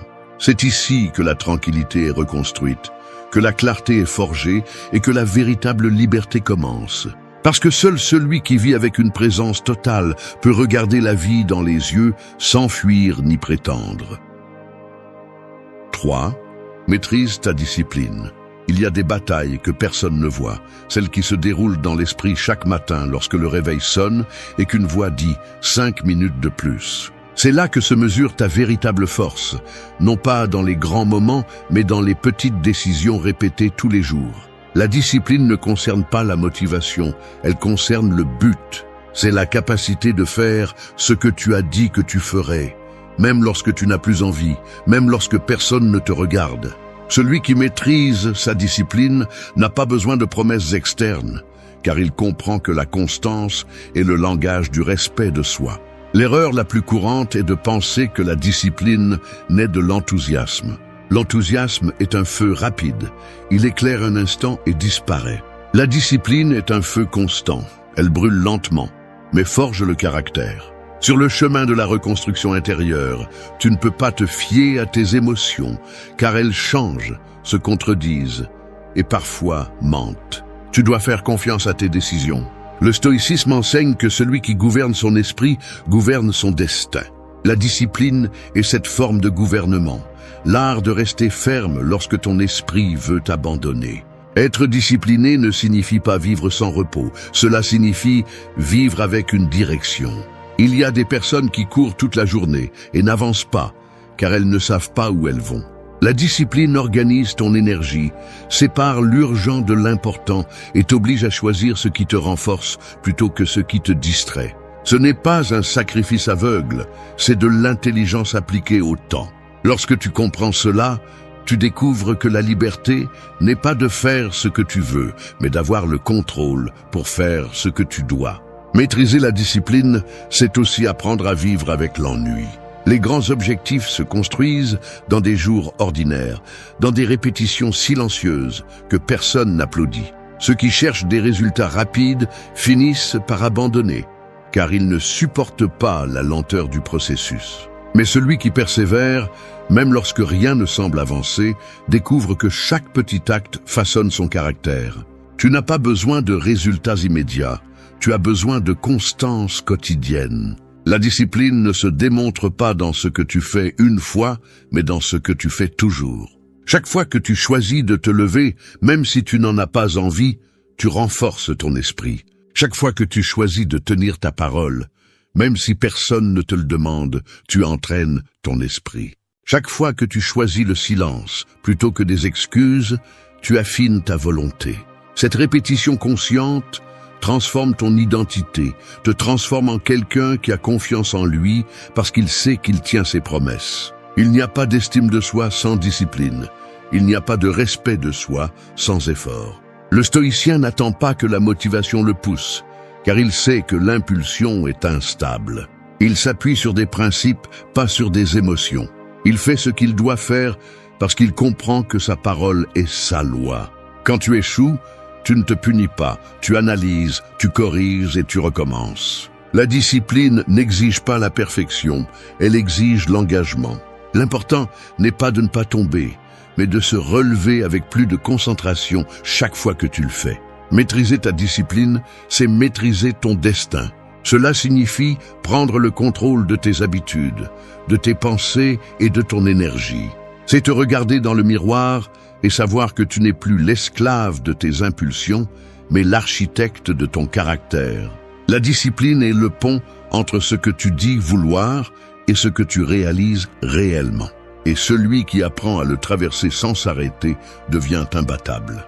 Car il n'y a rien de plus puissant qu'un esprit déterminé, une volonté entraînée et une vie guidée par l'action ferme, non par l'émotion passagère. 4. Pratique la gratitude. Quotidienne. L'être humain a tendance à regarder ce qui lui manque avec plus d'attention que ce qu'il a déjà. C'est comme marcher sous le soleil et se plaindre de l'ombre qui n'arrive pas encore. Vivre avec les yeux fixés sur le manque te rend aveugle à l'abondance qui t'entoure déjà. La gratitude n'est pas un geste superficiel, ni une belle phrase répétée pour apaiser la conscience. C'est une façon de voir le monde avec clarté. La pratiquer chaque jour est un entraînement de l'esprit pour reconnaître ce qui fonctionne, même quand tout semble aller mal. Ce n'est pas nier la réalité, c'est apprendre à l'équilibrer. La plupart des gens vivent dans l'attente de quelque chose de grand pour se sentir reconnaissant, alors que la véritable maturité consiste à valoriser les petites choses. La respiration calme au réveil, l'opportunité de recommencer, le corps qui t'obéit encore, les personnes qui restent proches quand le bruit s'éteint. Tout cela semble invisible jusqu'à ce que tu le perdes. Le stoïcisme enseigne que la gratitude est une forme de liberté, car elle t'éloigne du désir constant et te recentre sur l'acceptation. Celui qui est reconnaissant cesse de vivre en mode manque et commence à vivre en mode conscience. Quand tu pratiques la gratitude quotidienne, ton esprit change de fréquence. Tu commences à observer ce que tu prenais pour acquis. Tu découvres que tu n'as pas besoin de beaucoup pour te sentir en paix, que le véritable luxe est d'avoir du calme, de la santé et un but. Et le plus curieux est que plus tu es reconnaissant, plus tu trouves de raisons de l'être. Non pas parce que tout s'améliore magiquement, mais parce que tu apprends à regarder différemment. La gratitude ne change pas les faits, elle change l'interprétation. Le monde moderne te pousse à te comparer, à vouloir plus, à sentir que ce n'est jamais suffisant. Le stoïcien comprend que le suffisant n'est pas une quantité, c'est un état d'esprit. Être reconnaissant ne signifie pas se contenter. Cela signifie ne pas oublier ce que tu as tout en travaillant pour ce que tu désires. L'ambition sans gratitude devient vide. Être reconnaissant ne t'arrête pas. Cela te renforce, car cela te permet d'avancer à partir de la plénitude et non de la pénurie. Pratiquer la gratitude implique également de reconnaître la valeur des difficultés. Être reconnaissant pour ce qui est facile et simple.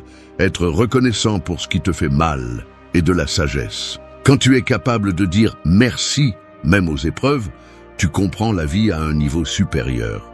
Chaque perte t'apprend le détachement. Chaque obstacle t'entraîne à la patience. Chaque échec t'apprend l'humilité. Être reconnaissant pour ces moments n'est pas du masochisme, c'est de l'intelligence émotionnelle. C'est comprendre que tout ce qui t'arrive a quelque chose à t'apprendre, même si tu ne le comprends pas maintenant. Fais de la gratitude une habitude aussi naturelle que respirer. Écris-la, pense-la, exprime-la. Au réveil, avant que le bruit mental ne commence, consacre quelques secondes à reconnaître 3 choses que tu apprécies ce jour-là. Elles n'ont pas besoin d'être extraordinaires. Il suffit qu'elles soient réelles. L'esprit reconnaissant voit des opportunités là où d'autres voient des problèmes. Et cela fait la différence entre celui qui vit frustré et celui qui vit en paix. Pratiquer la gratitude quotidienne, c'est s'ancrer dans le présent avec humilité et force. C'est regarder la vie sans exigence, avec la compréhension que même au milieu du chaos, il y a des raisons d'être calme. La gratitude n'est pas un refuge pour fuir la réalité, c'est un rappel constant que malgré tout, tu es toujours debout. Et tant que tu peux voir, sentir, penser et agir, tu as déjà plus que ce dont beaucoup ne font que rêver. Être reconnaissant, c'est choisir la paix plutôt que la plainte, la clarté plutôt que le bruit et la maturité plutôt que le vide. C'est la pratique la plus puissante que tu peux entraîner chaque jour. 5. Avance malgré la peur. La peur est comme une ombre qui marche à tes côtés, silencieuse mais toujours présente. Peu importe combien tu cours, tu ne peux pas fuir d'elle parce qu'elle ne vit pas dehors, elle vit à l'intérieur. Cette ombre apparaît chaque fois que tu es sur le point de grandir, chaque fois qu'une décision importante te met face à l'inconnu. L'erreur est de penser que le courageux est celui qui ne ressent pas la peur. En réalité, le courageux est celui qui avance, même en tremblant. Le stoïcisme enseigne que la peur ne se détruit pas, elle se domine. Et la dominer n'est pas l'éliminer, mais bouger avec elle, sans permettre qu'elle te paralyse. La plupart reculent lorsque la peur apparaît, mais celui qui cherche à se reconstruire comprend que la peur est un signal, pas une condamnation. C'est l'avertissement que tu sors du terrain confortable, la limite exacte entre ce que tu connais et ce que tu peux encore devenir. Si tout te semble facile, cela signifie que tu es toujours au même endroit. Avancer fait mal parce que tu brises les murs invisibles de ton propre esprit. Et il n'y a pas de croissance sans rupture. Affronter la peur n'est pas se jeter sans réfléchir, c'est la regarder avec froideur, la reconnaître et continuer à avancer avec détermination. Le stoïcien sait que le contrôle total n'existe pas, mais le contrôle intérieur existe. Il ne peut pas choisir ce qui lui arrive, mais il peut choisir comment réagir. La peur se déguise en prudence, en logique, en pas maintenant. Elle te convainc d'attendre, d'analyser davantage, que tu n'es pas encore prêt.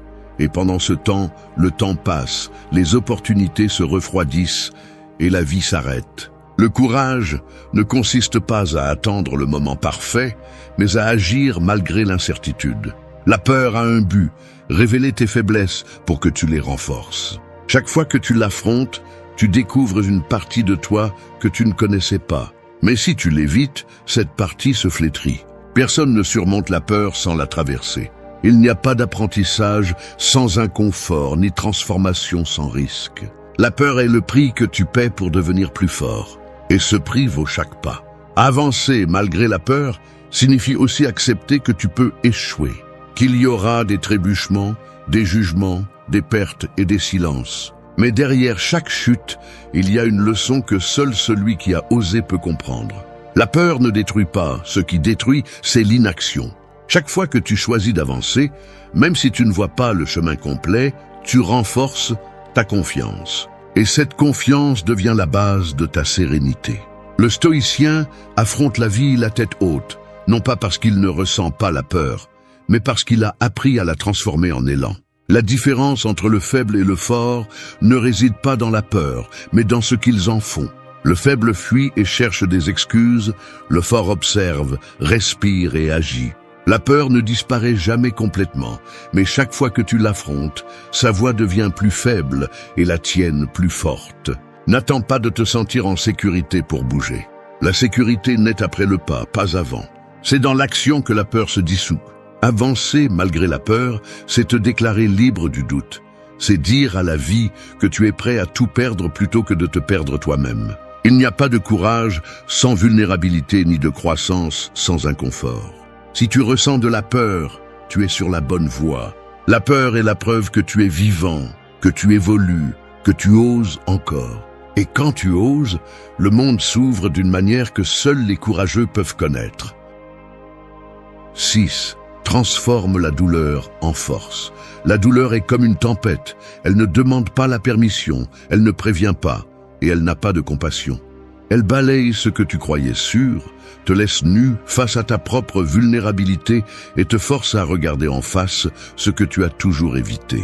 Mais elle nettoie aussi, purifie et révèle l'essentiel. Après chaque tempête, le paysage change. C'est ainsi que fonctionne la vie. Elle détruit pour reconstruire, elle frappe pour réveiller. La douleur n'arrive pas pour te punir, elle arrive pour te former. Ce que tu fais avec elle définit qui tu deviens. La plupart se brisent parce qu'ils essaient de fuir la souffrance. Ils l'ignorent, la déguisent, la taisent. Mais plus tu l'évites, plus tu lui donnes de pouvoir. Le stoïcisme enseigne que la souffrance n'est pas dans ce qui se passe, mais dans l'interprétation que tu en fais. Quand tu arrêtes de résister et que tu commences à observer la douleur avec sérénité, quelque chose change en toi. Tu n'es plus une victime, tu es un apprenti. La douleur ne disparaît pas, mais elle cesse de te dominer. Elle devient un maître sévère qui te force à grandir, même si tu ne le veux pas. Transformer la douleur en force, c'est choisir la conscience plutôt que la plainte. C'est te regarder au milieu de la chute et décider de te relever avec plus de clarté qu'avant. Il ne s'agit pas de romantiser la souffrance, mais de comprendre que chaque blessure est un message, une opportunité de briser des schémas, de te connaître plus profondément, de laisser derrière toi ce qui ne convient plus. La vie ne te brise pas sans raison. Elle te brise pour que tu te reconstruises avec plus d'intelligence émotionnelle, plus de but, plus de pouvoir intérieur. La douleur a une logique qui ne se révèle qu'avec le temps. Ce qui fait mal aujourd'hui peut devenir demain la racine de ta sagesse. Chaque perte t'apprend à lâcher prise. Chaque trahison t'apprend à te faire confiance. Chaque échec t'entraîne à la patience. Si tu sais écouter, la douleur devient un guide silencieux qui te pousse vers ta meilleure version. Si tu résistes, elle devient une chaîne invisible qui te maintient attaché au passé. Accepter la douleur n'est pas se rendre, c'est reconnaître son existence sans la laisser te consumer. C'est continuer à marcher avec des blessures ouvertes, mais avec un regard ferme. C'est dire « cela m'a fait mal, mais cela ne m'a pas détruit ». Cette attitude est ce qui fait la différence entre ceux qui sombrent et ceux qui évoluent. Les stoïciens comprenaient que la vie ne promet pas de confort, elle promet de l'enseignement. Et seul celui qui embrasse la douleur peut comprendre la profondeur de son propre pouvoir. La transformation se produit lorsque tu décides d'arrêter de te demander pourquoi cela m'arrive et que tu commences à te demander qu'est-ce que je peux apprendre de cela. Cette question change tout. Elle te sort du rôle de victime et te place dans le rôle d'architecte. Chaque situation douloureuse devient un matériau de construction. Tu n'as pas besoin d'éliminer la douleur, tu as besoin de la convertir en carburant. Le feu qui brûle peut aussi forger. Transformer la douleur en force est un acte de dignité. C'est refuser d'être défini par tes blessures. C'est regarder en arrière sans ressentiment, regarder en avant sans peur et regarder le présent avec calme. La force n'est pas obtenue quand tout va bien, mais quand tu apprends à te tenir au milieu du chaos. Il n'y a pas de croissance sans inconfort, pas d'évolution sans perte, pas de pouvoir sans douleur. Quand tu y parviens, la souffrance ne te fait plus peur.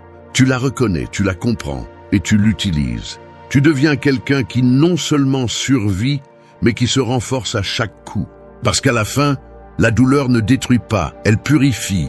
Et quand tu apprends à la transformer, tu découvres que ce qui te blessait avant te pousse maintenant. C'est là le véritable pouvoir de l'esprit. Transformer les cicatrices en signes de force, pas de défaite. 7. Organise ton esprit. L'esprit peut ressembler à un temple ou à une prison. Tout dépend de la façon dont tu le gouvernes. Il contient tes peurs, tes rêves, tes blessures et tes décisions. Si tu ne l'organises pas, le chaos interne finit par se refléter dans ta vie. Un esprit incontrôlé ressemble à une pièce en désordre. Chaque pensée déplacée, chaque émotion sans direction, chaque souvenir non résolu. Et plus tu passes de temps dans ce désordre, plus il est difficile de trouver de la clarté. Le stoïcisme enseigne que la liberté commence par la pensée, non par les circonstances. Si ton esprit est en paix, rien de l'extérieur ne peut te dominer. Le problème est que la plupart des gens vivent en étant esclaves de leur dialogue interne. Cette voix qui juge, qui compare, qui répète de vieilles peurs comme si elles étaient des vérités. Cette voix se nourrit du passé, de la culpabilité, de ce que d'autres ont dit. Organiser l'esprit ne signifie pas le faire taire. Cela signifie apprendre à reconnaître qui parle en toi et à qui tu décides d'écouter. Toutes tes pensées ne méritent pas ton attention. Certaines ne sont que l'écho d'un moi qui n'existe plus. Ton esprit a besoin de structure, il a besoin d'entraînement. Il ne suffit pas de désirer le calme, tu dois le construire. Commence par observer ce que tu penses sans réagir. Chaque fois qu'une idée négative apparaît, questionne-la. Demande-toi si elle est réelle ou si elle n'est qu'une projection de peur. L'esprit se renforce lorsque tu apprends à le diriger. Si tu ne le fais pas, d'autres le feront. La société, l'opinion des autres, les distractions, le bruit numérique. À l'ère actuelle, un esprit discipliné est un esprit puissant. L'ordre mental n'est pas atteint du jour au lendemain. Il se cultive avec des habitudes simples et constantes. Consacre des moments au silence, au repos, à la réflexion. Évite de remplir chaque seconde de stimuli. L'esprit a besoin d'espace pour penser clairement. Quand tout est bruit, la pensée devient superficielle. Le silence, en revanche, te redonne la capacité de te comprendre. Les stoïciens cherchaient des moments de tranquillité non par faiblesse, mais par stratégie. Ils savaient qu'un esprit calme est un esprit invincible. Organiser ton esprit implique également de nettoyer ce que tu consommes. Chaque conversation, chaque réseau social, chaque information que tu laisses entrer laisse une empreinte. Si tu nourris ton esprit avec du chaos, n'espère pas trouver le calme. Fais attention à ce que tu lis, à ce que tu vois, à ce que tu écoutes. La discipline mentale commence par tes choix quotidiens. Tu ne peux pas construire de force si chaque jour tu t'exposes à ce qui t'affaiblit. Une autre étape essentielle est d'apprendre à lâcher les pensées que tu ne peux pas contrôler. Tout ne mérite pas une réponse. Tout ne nécessite pas ton énergie. Parfois, la paix est dans l'ignorance, dans le non-réaction, dans le fait de laisser les choses se passer sans intervenir. Le contrôle ne signifie pas rigidité, il signifie équilibre. Savoir quand agir et quand se retirer. L'ordre intérieur se voit à l'extérieur. Un esprit clair génère des décisions fermes, des relations saines et des actions cohérentes. Il n'y a pas de grandeur possible dans un esprit chaotique. Celui qui maîtrise ses pensées cesse d'agir par impulsion et commence à vivre avec intention. Il ne se laisse pas emporter par les émotions, il les utilise à son avantage. Il ne se perd pas dans l'anxiété, il se concentre sur ce qu'il peut faire. Organiser ton esprit est l'étape la plus haute de la reconstruction intérieure. Parce que tant que tu restes esclave de tes pensées, rien ne changera vraiment. Mais quand tu les maîtrises, quand tu apprends à leur donner une direction, le chaos se transforme en clarté. Et avec cette clarté vient la force. Parce que le pouvoir n'est pas dans le fait de penser beaucoup, mais de penser bien. Quand l'esprit s'organise, la vie le fait aussi. 8. Renouvelle tes débuts. La vie est une série de saisons, et bien que beaucoup de gens le nient, aucune n'est éternelle. Ce qui fleurit aujourd'hui tombe demain, et ce qui semble aujourd'hui une fin se révèle avec le temps comme le début de quelque chose de nouveau. Renouveler tes débuts ne signifie pas effacer ce que tu as vécu, mais apprendre à regarder ce que tu as été sans peur et avancer vers ce que tu peux être avec courage. Toute renaissance nécessite une fin, et toute fin exige du courage. L'erreur est de s'accrocher à ce qui a perdu son sens. Lorsque tu restes trop longtemps à un endroit qui a déjà rempli son but, tu commences à te flétrir. Chaque personne arrive à un point où la vie l'oblige à choisir, rester où elle se sent à l'aise ou avancer vers l'inconnu. Et c'est là que se mesure la maturité. Renouveler tes débuts implique d'accepter que la transformation n'arrive pas sans détachement. Parfois, tu devras laisser derrière toi des personnes, des routines ou des versions de toi qui ne correspondent plus à ton but actuel. Ce n'est pas un acte d'égoïsme, c'est un acte de respect de soi. Le stoïcisme enseigne que le seul changement permanent est le changement lui-même, et résister à celui-ci ne génère que de la souffrance. Lorsque tu oses recommencer, tu te rends le pouvoir. La peur du changement naît de l'illusion du contrôle, de la croyance que tout doit rester le même pour se sentir en sécurité. Mais la vie ne demande pas la permission, elle bouge, évolue, transforme.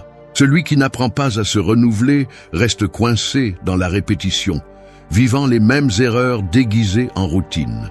Recommencer n'est pas un échec, c'est la maturité. C'est la preuve que tu as appris assez pour ne pas te contenter de moins que ce que tu mérites. Renouveler signifie aussi te pardonner. Je ne peux pas construire un nouveau chapitre si tu continues à porter le poids de la culpabilité des précédents. Apprends de tes erreurs mais ne te marie pas avec elles. Chaque chute a été une leçon, chaque déception un signe, chaque perte une direction. Peu importe combien de fois tu as fait des erreurs, l'important est que tu es toujours là, avec la possibilité de faire les choses différemment. Le renouvellement commence dans l'esprit. Avant de changer l'extérieur, tu dois changer ta perception. Arrête de voir les fins comme des punitions et commence à les voir comme des transitions. Si quelque chose est parti, remercie son passage. Si quelque chose s'est terminé, reconnais ce qu'il t'a appris. Chaque étape a sa fonction et sa limite. L'accepter ne te rend pas faible, cela te rend conscient.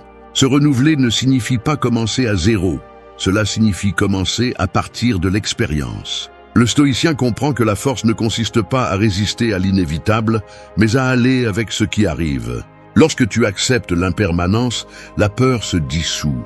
Tu ne dépends plus de ce qui se termine, parce que tu sais que tu peux toujours reconstruire. Renouveler tes débuts est la pratique la plus pure du détachement. Remercier ce que tu as vécu, lâcher ce qui n'est plus et ouvrir l'espace pour ce qui vient. Rester dans l'ancien par peur du vide ne fait que retarder l'inévitable. Le changement ne détruit pas, il purifie.